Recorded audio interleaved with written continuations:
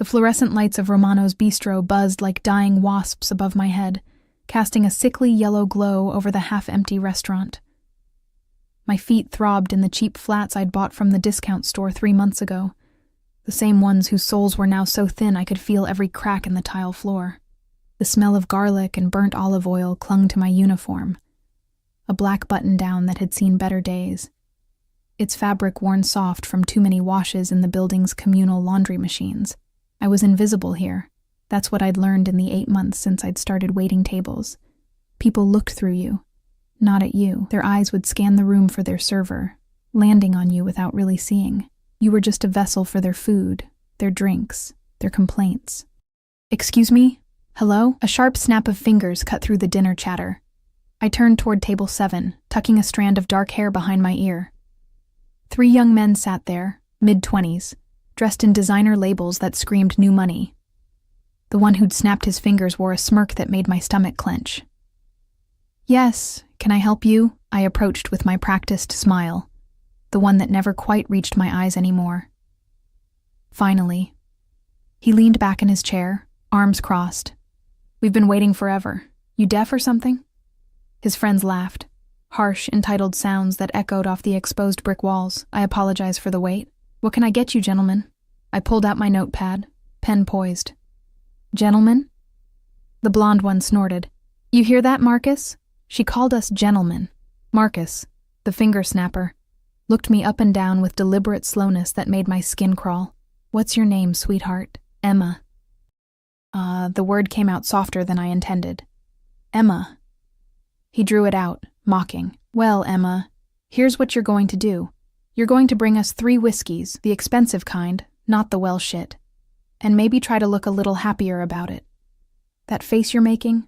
Not good for tips." Heat crept up my neck, but I swallowed it down. I needed this job. The rent was due in 5 days, and I was already short. Right away. As I turned, I heard one of them say, "Bet she can't even afford to eat here," followed by more laughter. My hands shook slightly as I approached the bar. Danny, our bartender, caught my eye and frowned.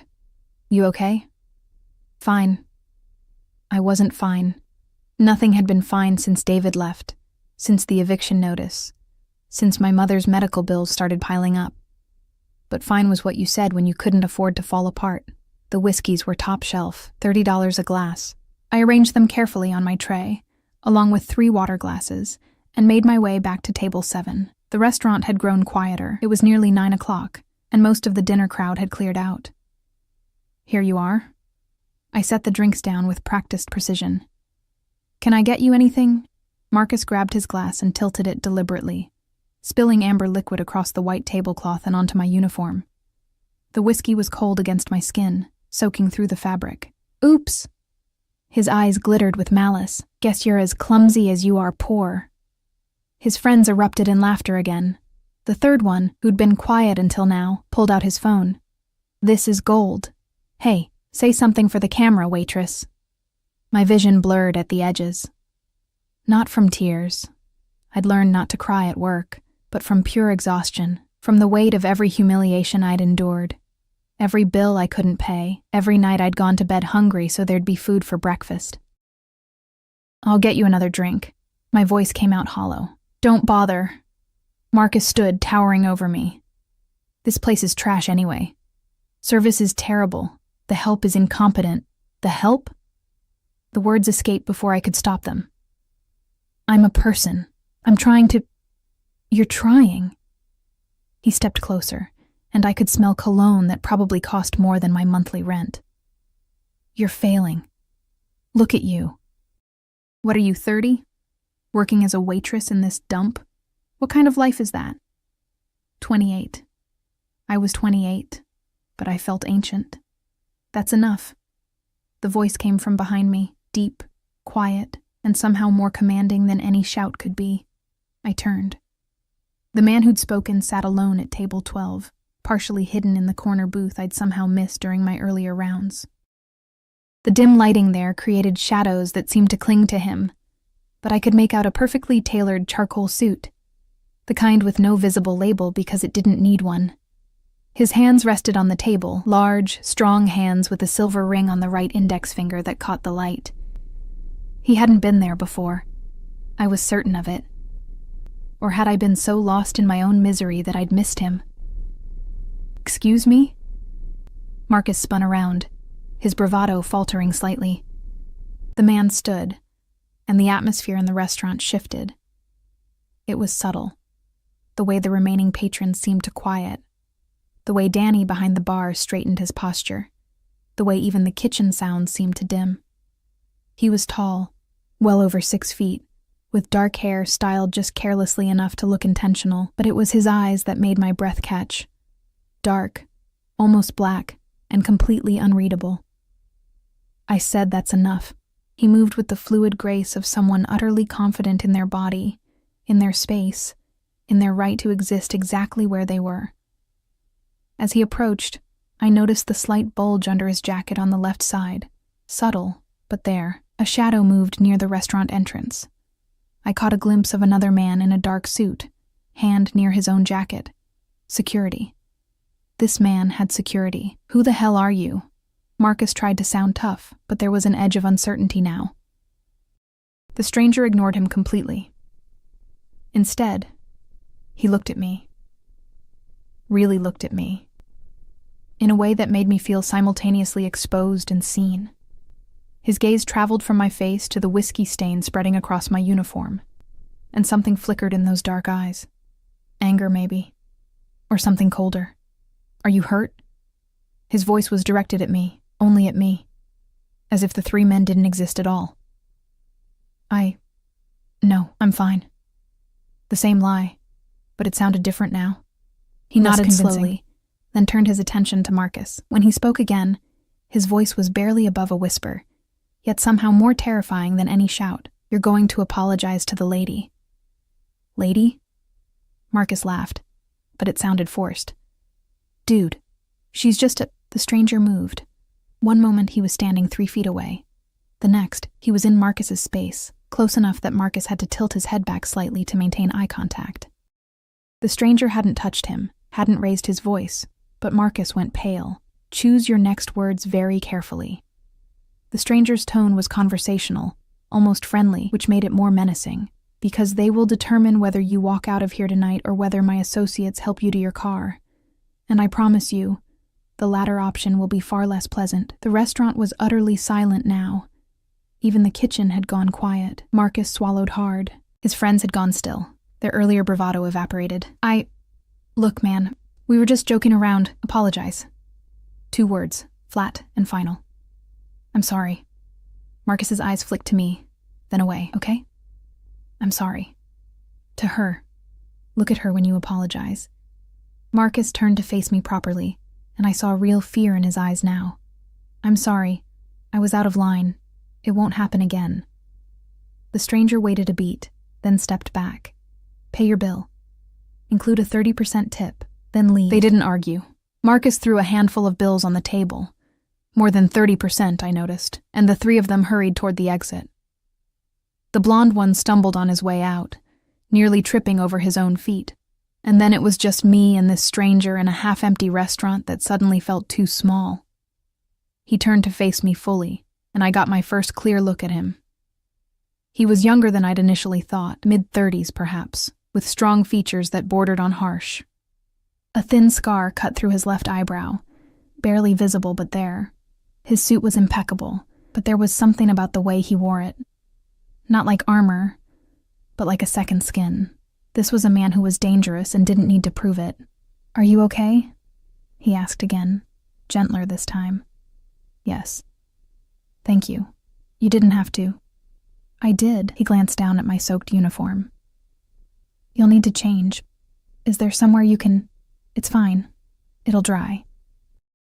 I wrapped my arms around myself, suddenly aware of how the wet fabric clung to my skin. His jaw tightened almost imperceptibly. Without a word, he shrugged off his suit jacket and held it out to me. The lining was silk, dove gray, and it looked like it cost more than everything in my apartment combined. "I can't—" "Please." The word was soft, but there was something in his tone that made it impossible to refuse. I took the jacket. It was warm from his body heat and smelled like cedar and something darker, something that made my pulse quicken in a way I didn't want to examine. When I slipped it on, it enveloped me completely, the sleeves hanging past my hands. "What's your name?" he asked. "Emma. Emma Sullivan." Emma. The way he said it was nothing like how Marcus had. No mockery, no condescension. Just my name, spoken carefully, like something precious. "I'm Mr. Marchetti!" Danny called from the bar, his voice slightly too loud, slightly too cheerful. "Your usual table is ready. Can I get you started with anything?" Marchetti. The name pinged something in my memory, but I couldn't place it. The stranger, Marchetti, nodded toward Danny but kept his eyes on me. In a moment. Then to me, "Have you eaten tonight?" The question caught me off guard. "No, but I'm working. I can't." "You're taking your break." He gestured toward his corner booth. "Sit." It wasn't really a request, but it wasn't quite a command either. Something in between. And before I could think better of it, before my rational mind could catalog all the reasons this was a terrible idea, I found myself nodding. As he guided me toward the booth, his hand hovering near the small of my back, not quite touching, but close enough that I could feel the heat. I caught Danny's expression. The bartender's face had gone carefully neutral, the look of someone who'd just seen something significant, but knew better than to comment. I slid into the booth, and Marchetti sat across from me, up close, in better lighting. I could see more details. The gold cufflinks engraved with initials I couldn't make out, the expensive watch peeking from beneath his sleeve, the way his collar was crisp despite the late hour. "You work here often?" His question pulled me from my observation. "Every night. Double shifts on weekends." Something flickered across his face. Concern, maybe, or calculation. "That's a lot." I shrugged, pulling his jacket tighter around myself. Bills don't pay themselves. A waiter appeared. Michael, who usually worked the other side of the restaurant. He looked nervous as he set down a glass of red wine in front of Marchetti and a menu in front of me. "The lady will have the filet mignon, medium rare, with the truffle risotto," Marchetti said, without consulting the menu. Then, to me, "Unless you prefer something else?" I should have been annoyed at his presumption. I should have insisted on ordering for myself, or better yet, excused myself and gone back to work. Instead, I heard myself say, "That sounds perfect." "And tiramisu for dessert," he added. "The real kind, not the frozen garbage most places serve." Michael nodded rapidly and disappeared. "You eat here often?" I asked, echoing his earlier question. "Often enough." His fingers traced the rim of his wine glass, a idle movement that drew my eyes to his hands again. "I own the building." Of course he did. That explained the security, the deference from the staff, the way he'd moved through the space like he owned it. Because he literally did. "I should get back to work," I said, even though I made no move to leave. "Your shift ends in 30 minutes. Stay." How did he know when my shift ended? But even as the question formed, I knew the answer. Men like him made it their business to know things. "Why?" The word slipped out. "Why did you help me? Why are you doing this?" He was quiet for a long moment, studying me with those unfathomable dark eyes. When he finally spoke, his voice was low enough that I had to lean forward to hear him. "Because," he said, "I know what it's like to be underestimated. And because," he paused, something shifting in his expression, "because you reminded me of someone." Before I could ask who, his phone buzzed. He glanced at it, and his entire demeanor changed, became colder, sharper, all business. "Excuse me." He stood abruptly and walked toward the back of the restaurant, phone to his ear, speaking in rapid Italian too quiet for me to catch. I sat there, wrapped in his jacket that smelled like cedar and danger, and wondered what the hell I'd just gotten myself into. The filet mignon arrived exactly 4 minutes after Marchetti disappeared into the back hallway, still on his phone. Michael set it down with trembling hands, his eyes darting toward the empty seat across from me. "Is everything all right?" I asked. "Fine, miss. Everything's fine." He refilled my water glass. I hadn't touched the wine, and vanished before I could say anything else. I stared at the plate. The meat was perfectly seared, the risotto gleaming with butter and flecked with black truffle. My stomach growled traitorously. When was the last time I'd eaten something that wasn't ramen or day-old bread from the bakery down the street? But eating felt wrong somehow. This whole situation felt wrong. Men like Marchetti didn't just help waitresses. They didn't give them their jackets or order them expensive dinners. There was always a price, always an expectation. I was pushing the risotto around my plate when he returned. His expression was unreadable, but there was a tightness around his eyes that hadn't been there before. "I apologize," he said, sliding back into the booth. "Business. At 9:30 at night? My business doesn't keep traditional hours." He noticed my untouched food. "You're not eating." "I'm not really hungry." A lie. I was starving. His eyes narrowed slightly. "You're not comfortable." It wasn't a question, but I answered anyway. "I don't understand what this is, what you want." "What I want," he repeated slowly, as if tasting the words. "I want you to eat the food I ordered for you. I want you to stop looking at me like I'm going to hurt you.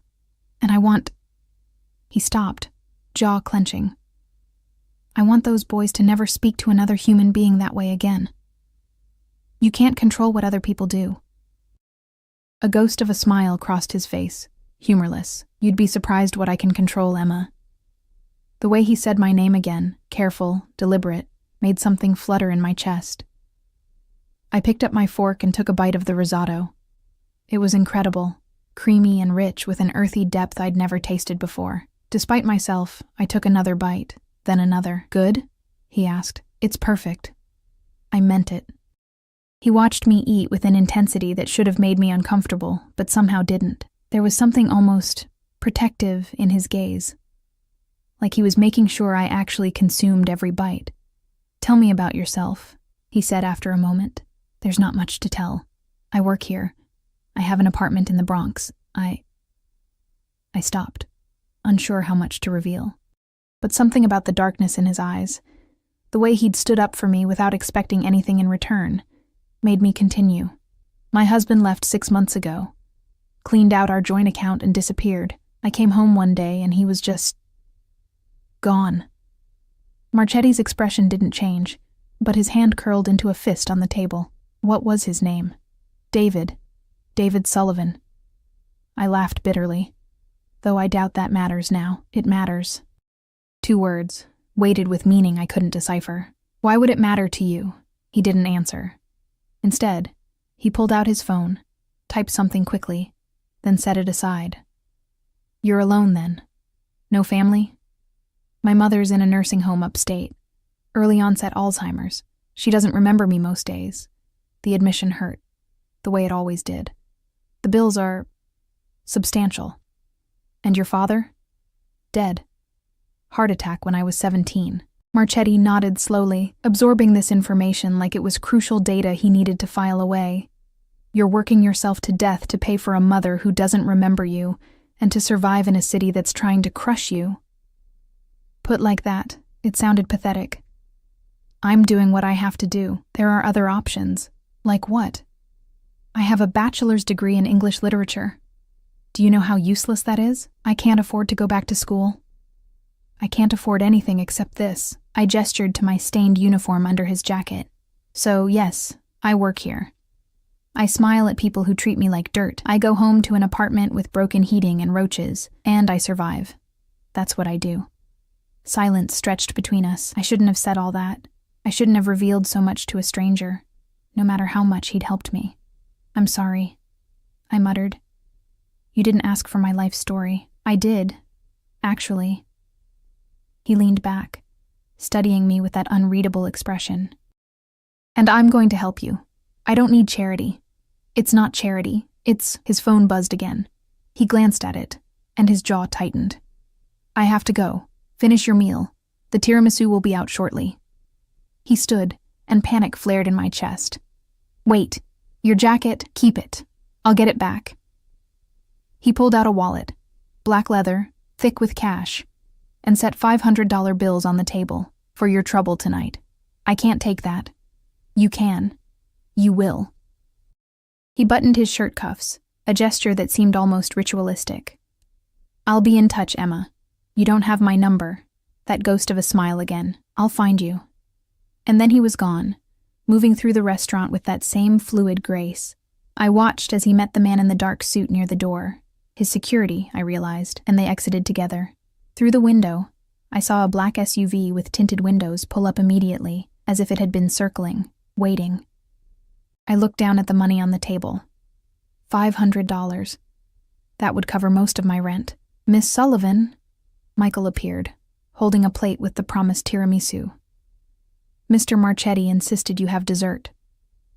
I took it numbly, still processing everything that had just happened. Danny came over after Michael left, sliding into the booth across from me. You okay? Who is he, Danny? Really? The bartender glanced around, making sure no one was in earshot. You really don't know? Would I be asking if I did? He leaned forward, voice dropping to barely above a whisper. Antonio Marchetti, they call him the Wolf. Well, let's just say he's not someone you want to owe favors to. My blood ran cold. What do you mean? I mean he runs half the businesses in this part of the city. And when I say runs, I don't mean he's a landlord. Danny trailed off, choosing his words carefully. He's connected, Emma. To people you don't want to be connected to. You're saying he's in the Mafia. Danny's silence was answer enough. I looked down at the jacket I was still wearing, at the money on the table, at the half-eaten filet mignon. My stomach churned. Why would someone like that help me? I don't know. But Emma? Danny's expression was grave. Be careful. Men like Marchetti don't do anything without a reason, and they always collect on their debts. I didn't sleep that night. I lay in my studio apartment, staring at the water-stained ceiling, wearing Antonio Marchetti's jacket because I couldn't bring myself to take it off. It shouldn't have fit me, but somehow it felt like it had been made for me. Warm, protective, safe. What a joke. The man was apparently a mobster, and here I was, wrapped in his clothes like a child with a security blanket. But he'd stood up for me when no one else had. He'd looked at me like I mattered, like I was worth something more than the minimum wage and tips I scraped together every night. At 3 a.m, I finally got up and counted the money he'd left.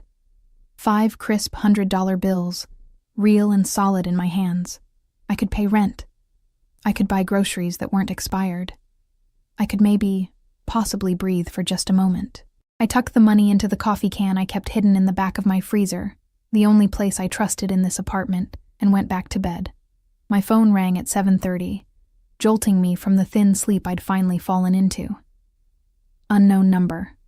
Hello? Emma Sullivan. A woman's voice, professional and cool. Yes. This is Miranda Chen, from Hartley & Associates. We're a legal firm representing Mr. Antonio Marchetti. He's requested that we contact you regarding a potential employment opportunity. I sat up so fast my head spun. I'm sorry, what?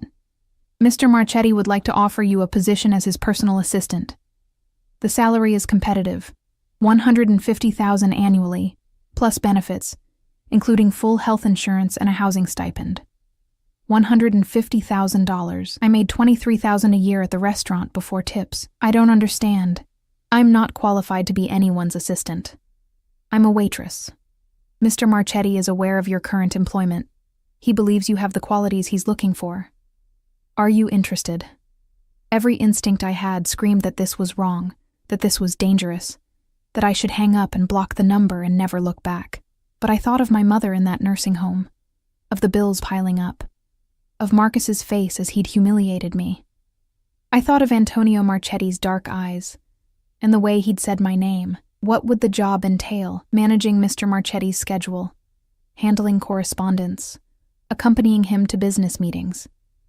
Standard assistant duties. If you're interested, he'd like to meet with you this afternoon at 2 o'clock.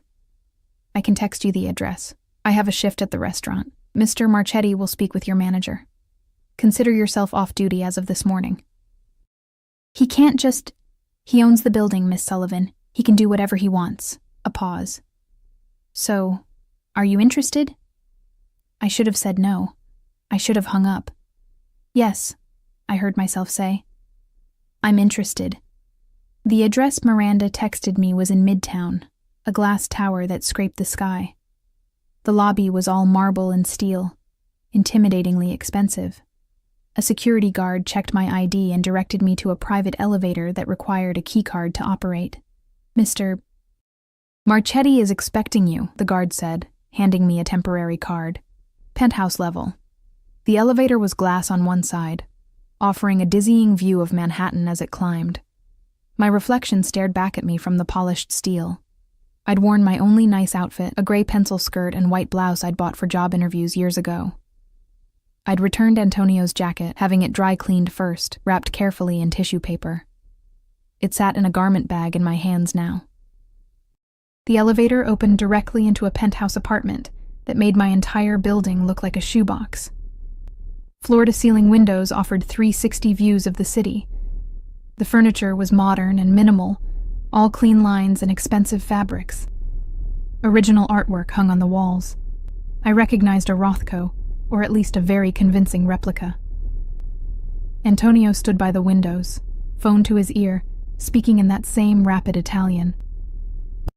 He'd shed his suit jacket. His white shirt was rolled up at the sleeves, revealing forearms that were more muscular than I'd expected. When he saw me, he ended the call immediately. "Emma, thank you for coming. I brought your jacket." I held it out like a peace offering. He took it but barely glanced at it, setting it aside on a nearby chair. "How did you sleep?" The question was so unexpected, so personal, that I answered honestly. I didn't. Neither did I.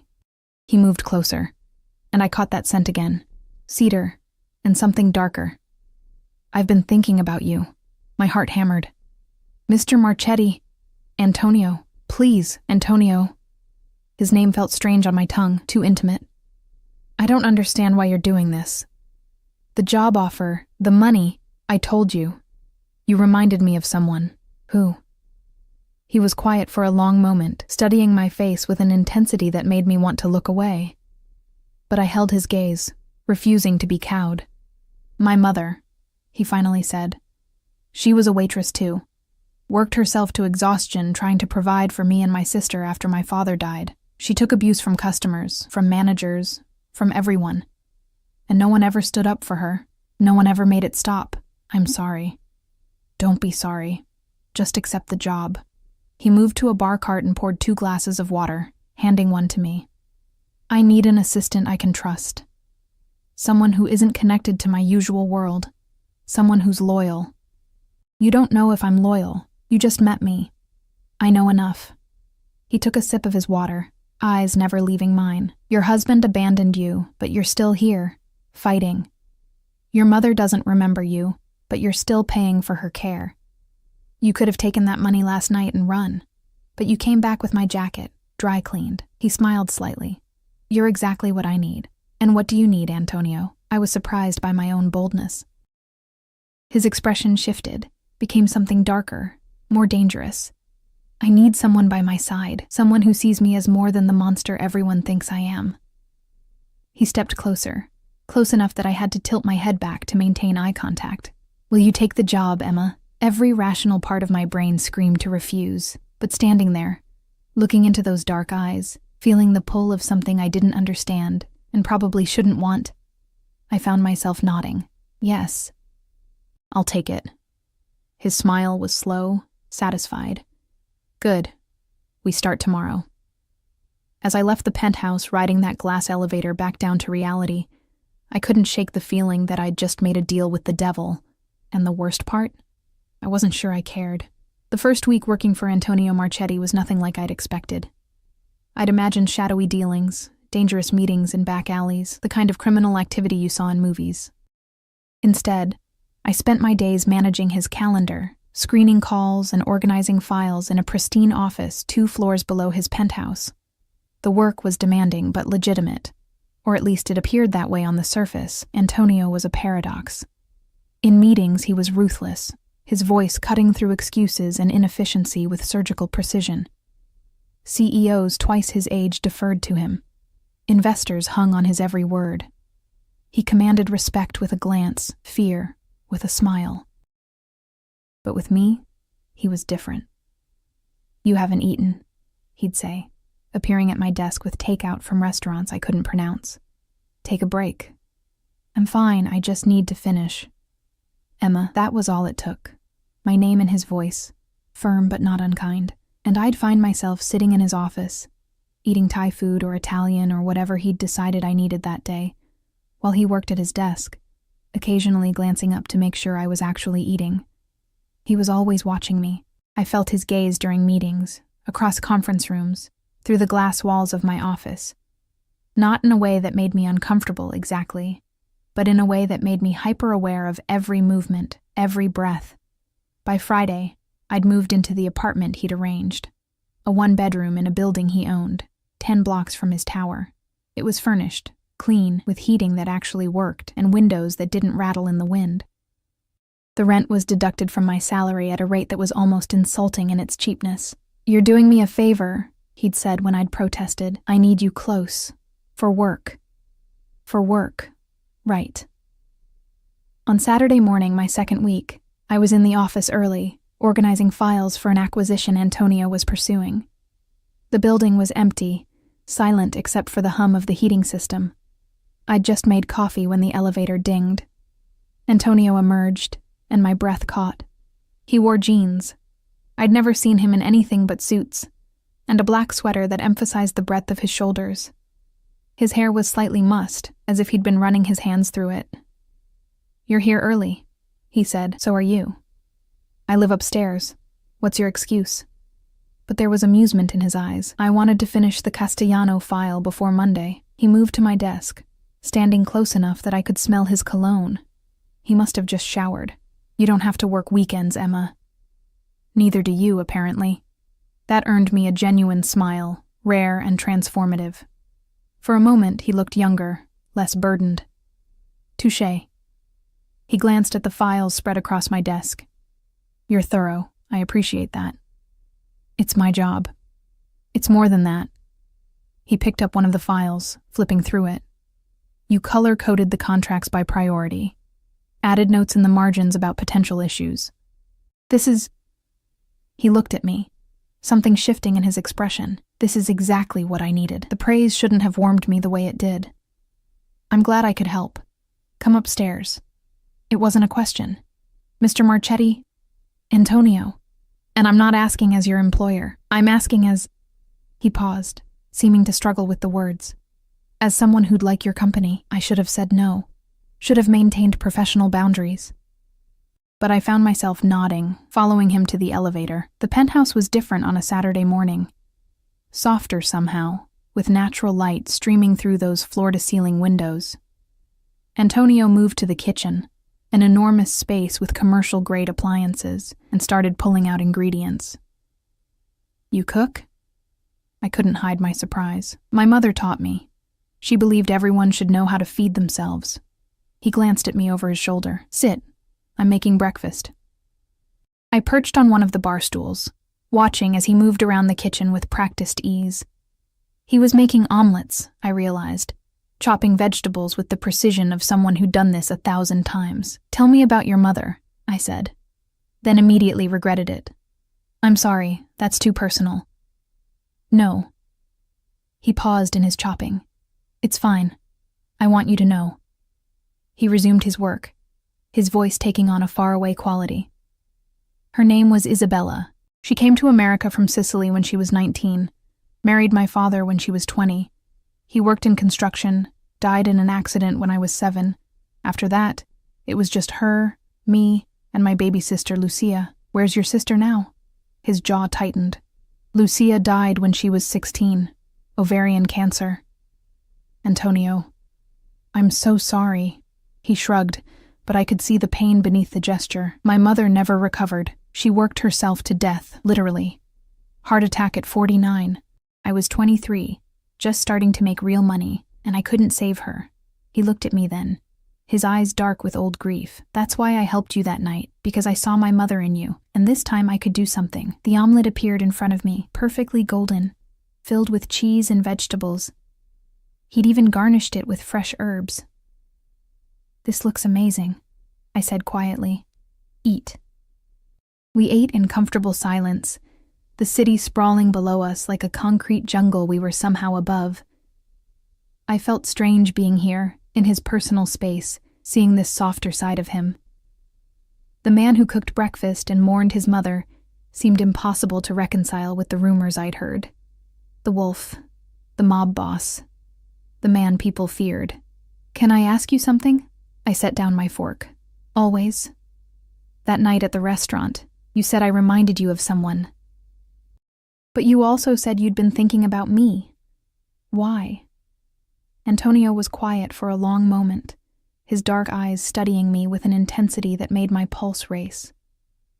"Because you're everything they weren't. You're vulnerable, yes, but you're not weak. You're struggling, but you haven't given up. And when you looked at me," he stopped, jaw clenching. "You didn't see the monster.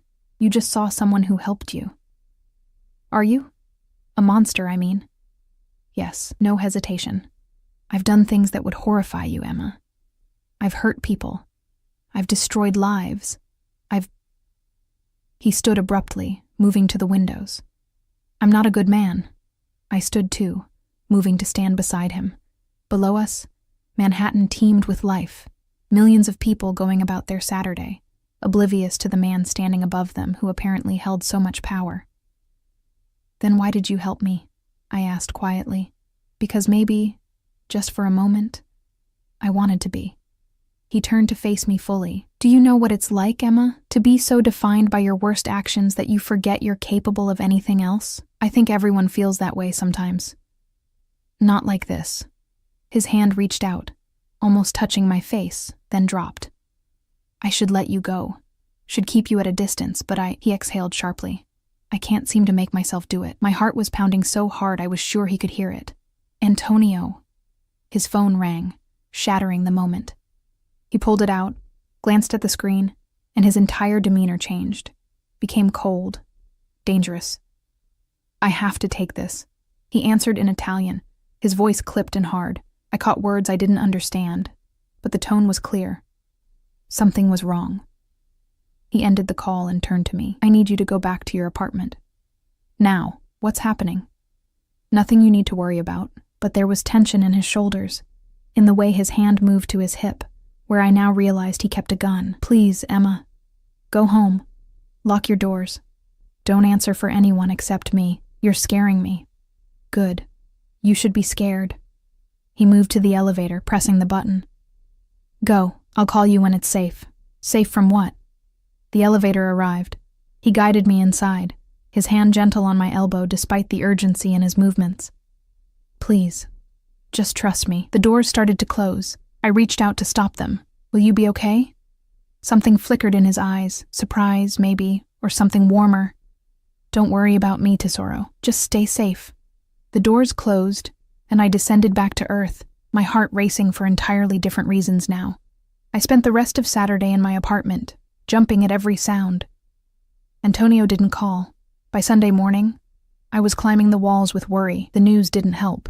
A warehouse fire in Brooklyn, a body found in the East River. Nothing explicitly connected to Antonio, but I couldn't shake the feeling that these things were related, that somewhere in the city, he was in danger. Sunday evening, there was a knock at my door. I looked through the peephole and saw Antonio. He was alone, no security in sight, wearing the same clothes from yesterday. There was a cut above his eyebrow, fresh and red. I yanked the door open. "Oh my God, are you—" "I'm fine." He stepped inside, and I closed the door behind him. "I told you not to answer unless it was you. And it is you."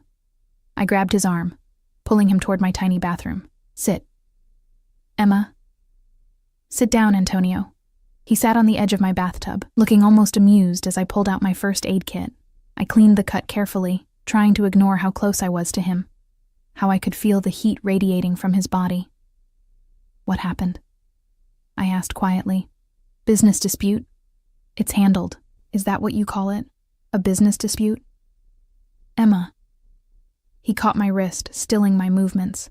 "I told you, I'm not a good man. I don't care." The words came out before I could stop them. "I was worried about you." His grip on my wrist tightened. "You shouldn't worry about me. Too late." We stared at each other, and the air between us seemed to thicken, become charged with something I didn't want to name. His thumb stroked the inside of my wrist, finding my pulse point. Could he feel how fast my heart was racing? Do you know how hard it's been? His voice was rough. Keeping my distance? Pretending this is just a job? Antonio, I think about you constantly. Every moment you're not with me, I'm wondering what you're doing. If you're safe. If you're thinking about me too. His free hand came up to cup my face. Tell me I'm alone in this. Tell me you don't feel it too. I should have lied. Should have pushed him away. Maintained that professional distance. But I was so tired of lying to myself. You're not alone, I whispered. He pulled me to him, and our lips met in a kiss that was both gentle and desperate. His hand tangled in my hair, and I found myself in his lap, my knees bracketing his thighs. He tasted like coffee and something darker, something dangerous and intoxicating. When we finally broke apart, we were both breathing hard. We shouldn't, I started. I know, his forehead rested against mine. But I'm done pretending, Emma. I want you. Not just as my assistant. I want... He exhaled sharply. I want everything. I don't even know what everything means. Neither do I, but I want to find out. He pulled back enough to look at me. Stay with me tonight. Just stay. I need to know you're safe. Safe from what? His expression darkened. From the life I've built. From the people who'd hurt you to hurt me. He stopped, jaw clenching. I'm being selfish. I should send you away. But I can't. I won't. Then don't. I cupped his face, feeling the rough stubble under my palms. I'm choosing this, Antonio. I'm choosing you. You don't know what you're choosing. Then show me. He stood, lifting me with him as if I weighed nothing, and carried me to my bedroom. We fell onto the bed together, and as his hands mapped my body, as his lips found every secret place that made me gasp, I realized that I'd been drowning for so long. And Antonio Marchetti, this dangerous, damaged man, was the only thing keeping me afloat. Later, as we lay tangled together in my too small bed, his fingers tracing lazy patterns on my skin, he spoke into the darkness. Your husband, David Sullivan. His voice was quiet. I found him. I went still. What? I had my people look into him, found him in Atlantic City, working as a dealer in a casino. He's been there for months, living off the money he stole from you. Antonio's hand tightened on my hip. Say the word, and I'll handle it. Handle it how? However you want. I can make him pay back every cent. I can make sure he never works again. He stopped. I can make him disappear. The casual way he said it should have terrified me. Instead, I felt a dark satisfaction curl in my chest. I don't want him to disappear, I said quietly. But I want my money back. Every penny. Consider it done. He pressed a kiss to my shoulder. He'll never touch you again, Tesoro. I promise you that. I should have asked what he meant, should have demanded details, but wrapped in his arms, feeling safer than I had in years, I let it go. For tonight, at least, I could pretend this was normal, that I was just a woman falling for a man, and not a waitress entangled with a mobster who'd promised to make my problems disappear. Tomorrow, I'd face the consequences. Tonight, I just wanted to feel wanted. 3 weeks later, I woke up in Antonio's penthouse, wrapped in sheets that probably cost more than my old apartment's monthly rent. Sunlight streamed through the floor-to-ceiling windows, and I could hear Antonio in the kitchen, the familiar sounds of him making coffee. This had become our routine. I'd stay at his place most nights, going through the motions of maintaining my own apartment but rarely sleeping there. He'd cook breakfast while I answered emails. We'd ride to the office together, maintain professional distance during the day, then fall into each other's arms the moment we were alone. It was intoxicating and terrifying in equal measure. My phone buzzed on the nightstand. A text from an unknown number. The money has been returned to your account. Principal plus interest. M. I sat up, heart pounding. Antonio appeared in the doorway, 2 mugs of coffee in hand, wearing nothing but pajama pants that hung low on his hips. You got the text. It wasn't a question. Antonio, what did you do? He set the coffee on the nightstand and sat beside me. I told you. I handled it. How? David Sullivan was persuaded to return what he stole, with interest for the inconvenience. His tone was casual, but there was steel underneath. He's also signed papers relinquishing any claim to you, your property, or your finances. The divorce will be finalized by the end of the month. I should have been grateful. I was grateful. But the ease with which he'd done it, the power he wielded so casually, it was overwhelming. You didn't hurt him, did you? Antonio's jaw tightened. Would you care if I did? I don't know. The honesty felt like a confession. I should care. I should be horrified. But mostly I just feel... I stopped, trying to find the words. Free? He suggested softly. Yes. I looked at him. This man who'd upended my entire world in a matter of weeks. Is that wrong? No, Tesoro. It's human. He pulled me against him, and I breathed in his scent, cedar and coffee and home. You've been a prisoner for so long, to poverty, to David, to circumstance. I'm just giving you the keys. And what do you get in return? His hand cupped my face, tilting it up so I had to meet his eyes. You. I get you. Before I could respond, his phone rang. He glanced at it, and his expression hardened. I have to take this. He answered in Italian, his voice clipped. I'd learned to recognize certain words. Problema, adesso, attento. Problem, now, careful. He ended the call and stood. Get dressed. We have a situation. What kind of situation? The kind that requires you by my side. He was already moving to the closet, pulling out one of the designer dresses he'd bought me. Wear this. We leave in 20 minutes. The restaurant was in Little Italy, an old establishment that looked family-owned and probably was, by Antonio's family, in whatever sense that meant. We arrived in the black SUV with tinted windows, flanked by 2 more vehicles. Marco, Antonio's head of security, opened my door. Stay close to Mr. Marchetti, he said quietly. Inside, the restaurant was empty except for 5 men seated at a large table in the back. They all stood when Antonio entered, respect and wariness in equal measure on their faces. Gentlemen, Antonio said, his hand firm on my lower back. This is Emma Sullivan, my assistant. A gray-haired man with sharp eyes studied me. Your assistant? Or something more, Antonio. Careful, Vincent. Antonio's voice was soft, dangerous. Choose your next words carefully. Vincent held up his hands in mock surrender. No disrespect intended. I'm just trying to understand the situation. The situation is simple. Emma is under my protection. Anyone who touches her, threatens her, or even looks at her wrong answers to me, understood? A murmur of agreement rippled through the group. We sat, and a waiter appeared immediately with wine and antipasti. The conversation that followed was a bizarre mix of business and threat, discussions of territories and shipments couched in euphemisms I was probably better off not understanding. But I understood the dynamics. These men feared Antonio, and they resented him for it. I hear congratulations are in order, said a younger man with slicked back hair. The Castellano acquisition went through. That's a lot of real estate, Antonio. A lot of power. It's business, Sal. Business. Sal laughed, but there was no humor in it. Everything's business with you. Even her, I bet. Antonio went very still. What did you just say? I said... In a movement too fast to track, Antonio had Sal by the throat, lifting him partially out of his chair. The other men didn't move, didn't intervene. They just watched. Apologize to the lady, Antonio said quietly. I didn't mean... Sal choked out. Apologize. I'm sorry. Sal's eyes flicked to me, terrified. I'm sorry, Miss Sullivan. Antonio held him for another beat, then released him. Sal collapsed back into his chair, gasping. Anyone else have comments about my personal life? Antonio looked around the table. Silence. Good. Now let's talk about the real reason we're here.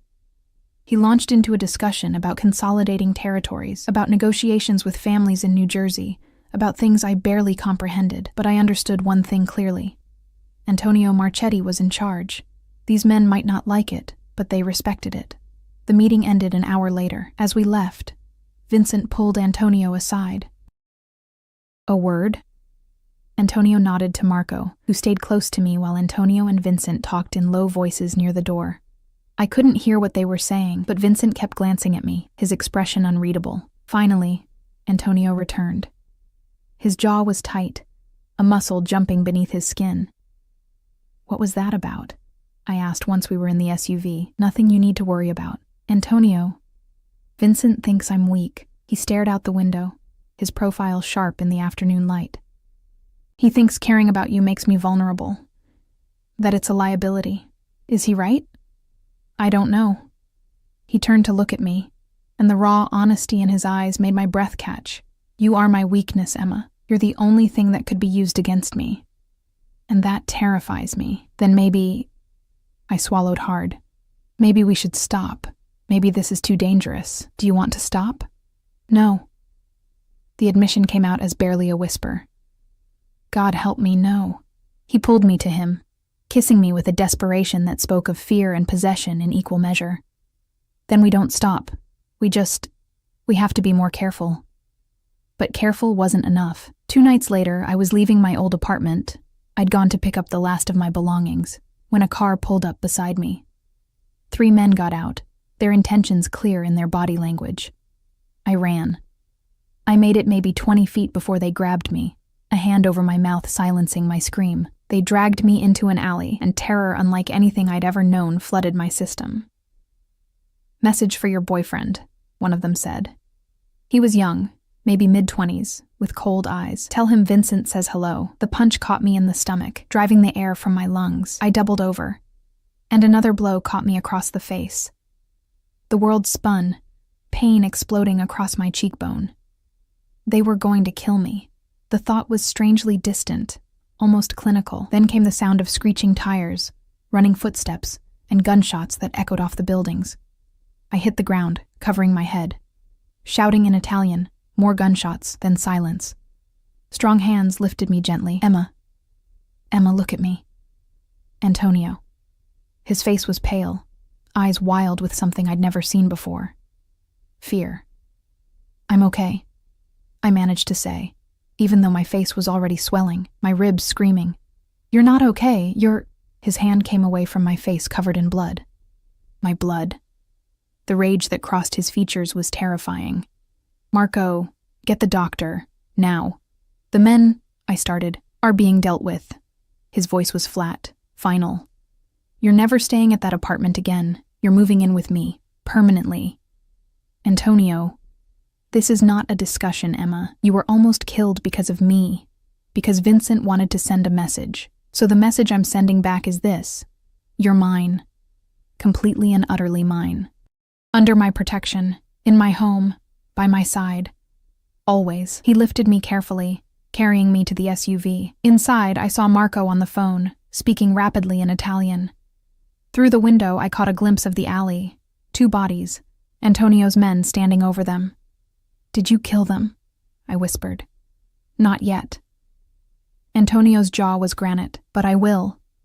The doctor arrived at the penthouse within minutes, a middle-aged woman who asked no questions and tended to my injuries with professional efficiency. Bruised ribs, a split lip, a black eye that would be spectacular by morning. Nothing permanent, she assured me. Nothing that wouldn't heal, but something had changed. I could see it in Antonio's eyes as he paced the living room, phone pressed to his ear, issuing orders in that deadly quiet voice that was more frightening than any shout. When the doctor left, he came to sit beside me on the couch. His hands were shaking slightly as he touched my face, tracing the bruises with infinite gentleness. I should have protected you better, he said. I should have. This isn't your fault. It's entirely my fault. Vincent was right. You are my weakness, and he exploited it.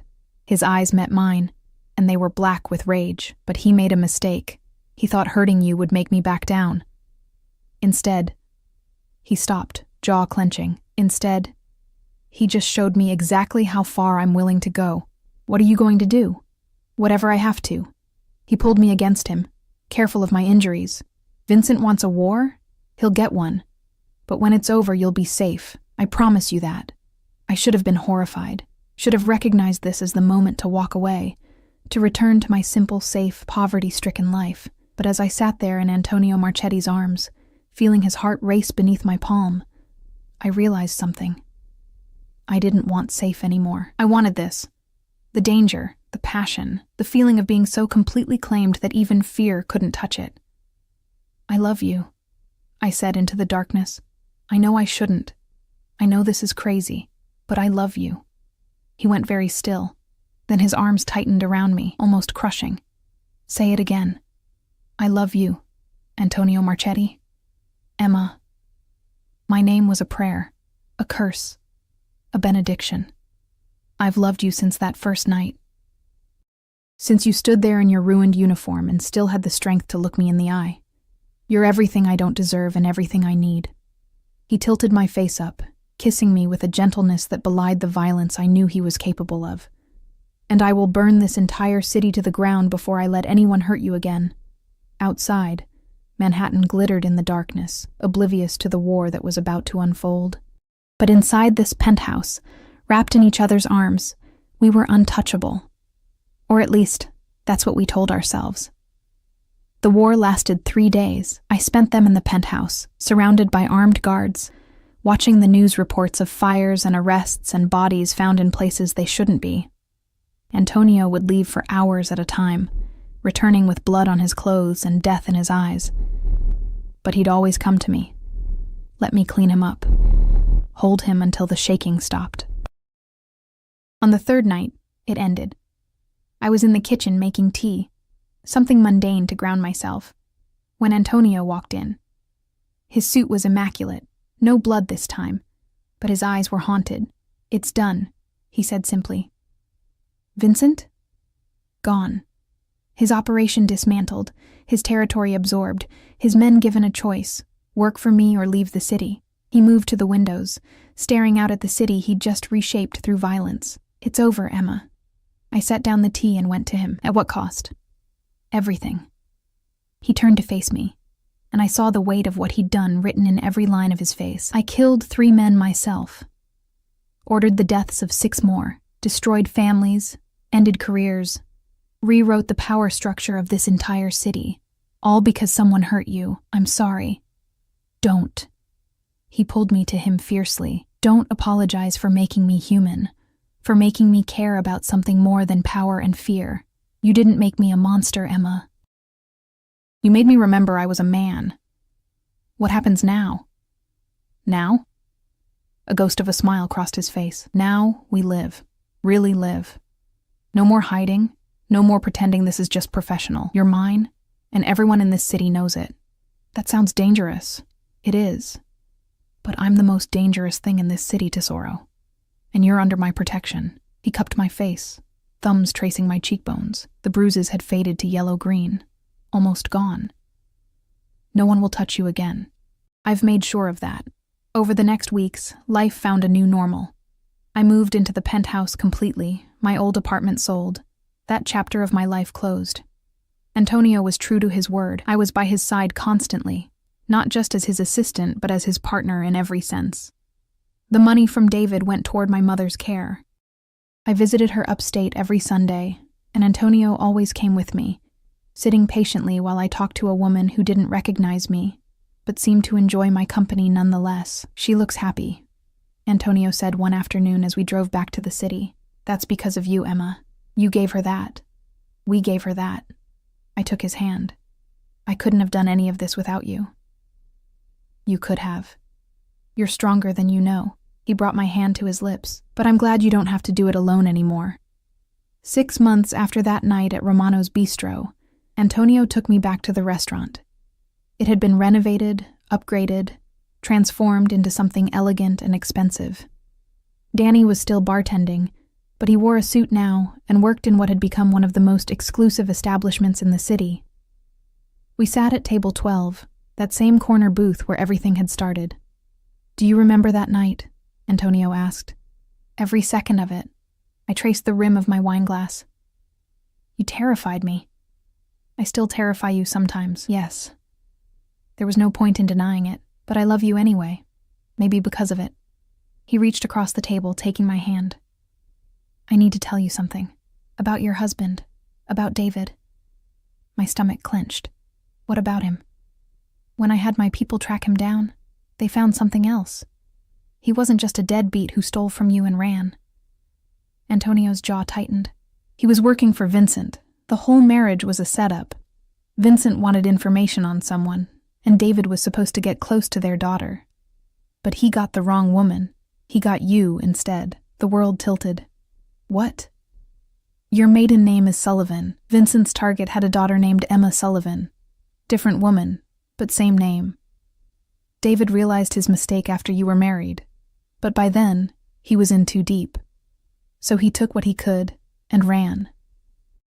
So I couldn't finish the sentence. Collateral damage in someone else's game. Yes. Antonio's grip on my hand tightened. But Emma, listen to me. What happened after? Us. This. That wasn't part of anyone's plan. That was real. That is real. I processed this, the final piece of the puzzle clicking into place. My entire marriage, my entire adult life up to that point, had been a lie. A case of mistaken identity that had nearly destroyed me. Where's David now? I asked quietly. In witness protection. He testified against Vincent's organization, gave us everything we needed to dismantle it completely. In exchange, Antonio paused. In exchange, he lives. That was the deal I made. You let him live. For you. Because you asked me not to make him disappear. Because you're good, Emma. In a way I'll never be. And I need that goodness to remind me I'm still human. Tears burned my eyes, but I blinked them back. I don't know what to say. Say you'll marry me. I froze. What? Antonio slid out of the booth and knelt beside the table. From his pocket, he pulled a small velvet box. Inside was a ring, a single diamond, brilliant and perfect, set in platinum. Emma Sullivan, you walked into my life broken and beautiful, and you made me want to be better. You made me feel things I thought I'd lost the capacity for. You're my conscience, my heart, my salvation. His voice was steady, but his eyes shone with emotion. Marry me. Not because I'm powerful or because I can provide for you, but because I love you more than I thought possible. Because you're the only person who's ever looked at the monster and seen the man. Because I want to spend every day, for the rest of my life, proving that I deserve you. The restaurant had gone silent. I was vaguely aware of other diners watching. Of Danny behind the bar with tears in his eyes, of Marco and the other guards trying and failing to look professional. Yes. The word came out as barely a whisper, so I said it again, louder. Yes, Antonio, I'll marry you. He slipped the ring onto my finger, a perfect fit, of course, and pulled me to him, kissing me as the restaurant erupted in applause. We were married 3 months later in a small ceremony at a cathedral in Little Italy. My mother was there, lucid for the first time in years, tears streaming down her face as Antonio and I exchanged vows. She wouldn't remember it tomorrow, but she was there today, and that was enough. The reception was at Antonio's restaurant. Our restaurant now. The guest list was an eclectic mix of Antonio's business associates, my few remaining friends from my old life, and a surprising number of people I'd met through Antonio's charitable work. Because that was the other thing that had changed. Antonio had started using his resources for good. Funding shelters, supporting small businesses, helping people the way no one had helped his mother. You're changing him, Danny said as we danced. Antonio had insisted on dancing with everyone at the reception, but he kept glancing back at me, making sure I was never out of his sight. I don't think I'm changing him. I think I'm just reminding him who he always was underneath, maybe. But Emma... Danny's expression grew serious. Thank you. For saving him. He saved me first. You saved each other. That's what makes this work. Antonio appeared then, cutting in smoothly. My turn, he said, pulling me into his arms. We moved together across the dance floor, and everything else faded away.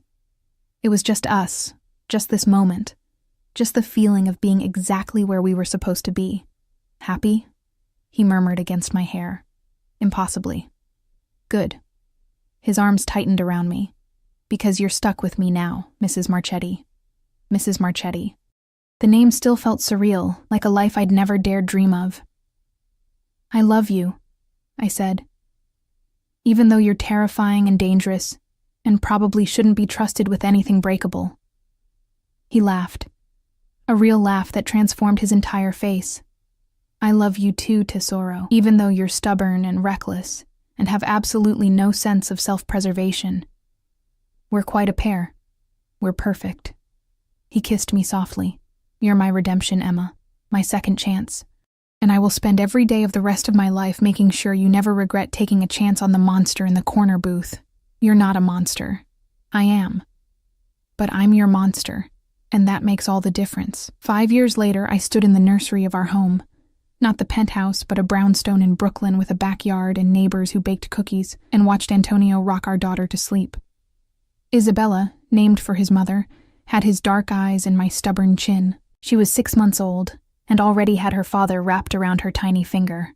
She's asleep, Antonio whispered, carefully laying her in the crib. We stood there together, watching her breathe, this tiny, perfect thing we'd created. Outside, the city hummed with life. The same city where Antonio still wielded considerable power, still commanded respect and fear in equal measure. But here, in this room, he was just a father, awed by the responsibility of this small life. "Do you ever regret it?" he asked quietly. "Choosing this life? Choosing me?" I turned to face him. This man who'd terrified me and saved me and loved me with an intensity that still sometimes took my breath away. His hair was graying slightly at the temples now, and there were new lines around his eyes from smiling more. He was still dangerous, still powerful, still capable of things that would horrify most people. But he was also mine. "Never," I said, "not once. Even knowing what I am? What I've done. Especially knowing." I took his hand, lacing our fingers together. "You're not defined by your worst moments, Antonio. You're defined by what you choose to do after them. And you chose love. You chose family. You chose to be better. I chose you. Everything else followed."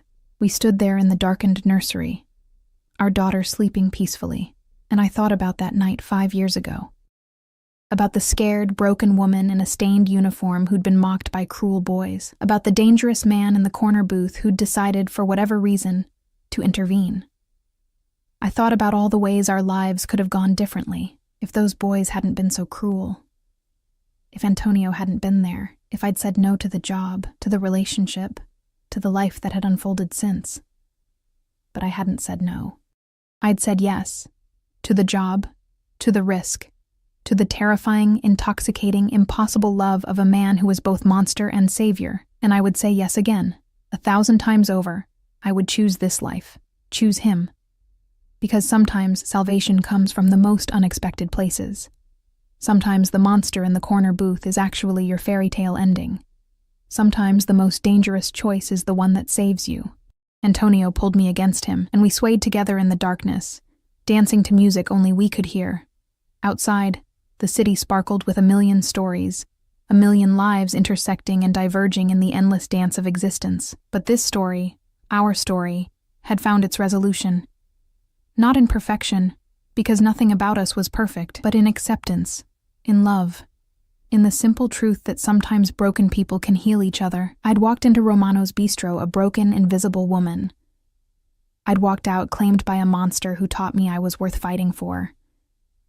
And now, years later, I stood in a home filled with love, married to a man who'd quite literally remade his world to keep me safe, raising a daughter who would grow up knowing she was precious and protected and fiercely, impossibly loved. The waitress and the mob boss, the vulnerability and the power, the woman who'd been nothing and the man who'd been too much. We'd found each other in the darkness, and we'd chosen to build a life in the light, and that, in the end, was the only resolution that mattered. Antonio pressed a kiss to my temple. "Come to bed, Tesoro. Tomorrow's another day." "Tomorrow and all the days after," I agreed. We left the nursery, leaving the door cracked so we could hear Isabella if she woke. In our bedroom, decorated with both his expensive taste and my insistence on comfort, we fell into bed together, exhausted and content. "I love you," he murmured, already half asleep. "I love you too." And as I drifted off, wrapped in the arms of the man who'd saved me and claimed me and loved me beyond reason, I thought, this is what happily ever after looks like. Not perfect, not easy, but real, and real was everything I'd ever needed.